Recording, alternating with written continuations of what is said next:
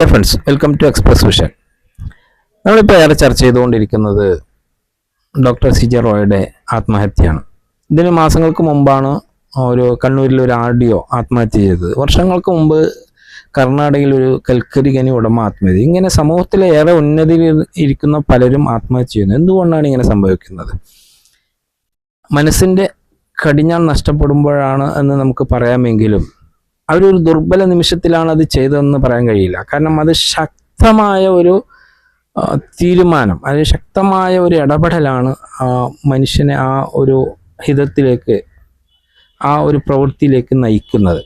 മനസ്സെന്ന് പറയുന്നത് ശരീരത്തിൻ്റെ ഭാഗം മാത്രമല്ല, അതിന് ഒരു പ്രധാനപ്പെട്ട റോളുണ്ട്. അത് രാജാവിൻ്റെ റോളിലും വരും, പ്രജയുടെ റോളിലും അതുണ്ടാവും. രാജാവിൻ്റെ റോൾ എന്ന് പറയുന്നത് സമൂഹത്തിൽ നമ്മൾ ഉയർന്നു വരുന്ന സമയത്ത്, അത് സാമ്പത്തികമായും സാമൂഹികമായും ഒക്കെ ഉയരുന്ന സമയത്ത് നമ്മളെ മനസ്സ് ഭരിക്കാൻ തുടങ്ങും.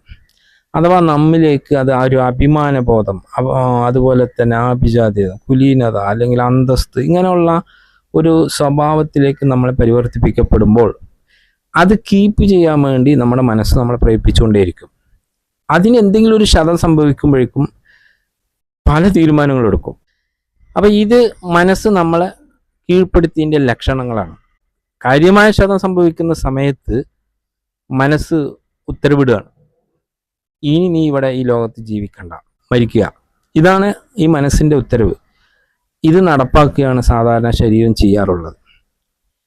അത്രയ്ക്കും അപകടകാരിയാണ് ഈ രാജാവാകുന്ന മനസ്സ്.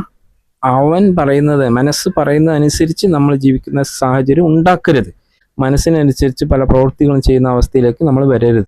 സമൂഹത്തിൽ എത്രത്തോളം ഉന്നതയിലെത്തുമ്പോഴും നമ്മൾ വിനയാന്വിതരാകാൻ ശ്രമിക്കണം. അങ്ങനെ വരുമ്പോൾ മാത്രമാണ് നമുക്ക് എന്ത് പ്രശ്നങ്ങൾ വരുമ്പോഴും നമുക്കത് മുന്നോട്ട് കൊണ്ടുപോകാൻ പറ്റും.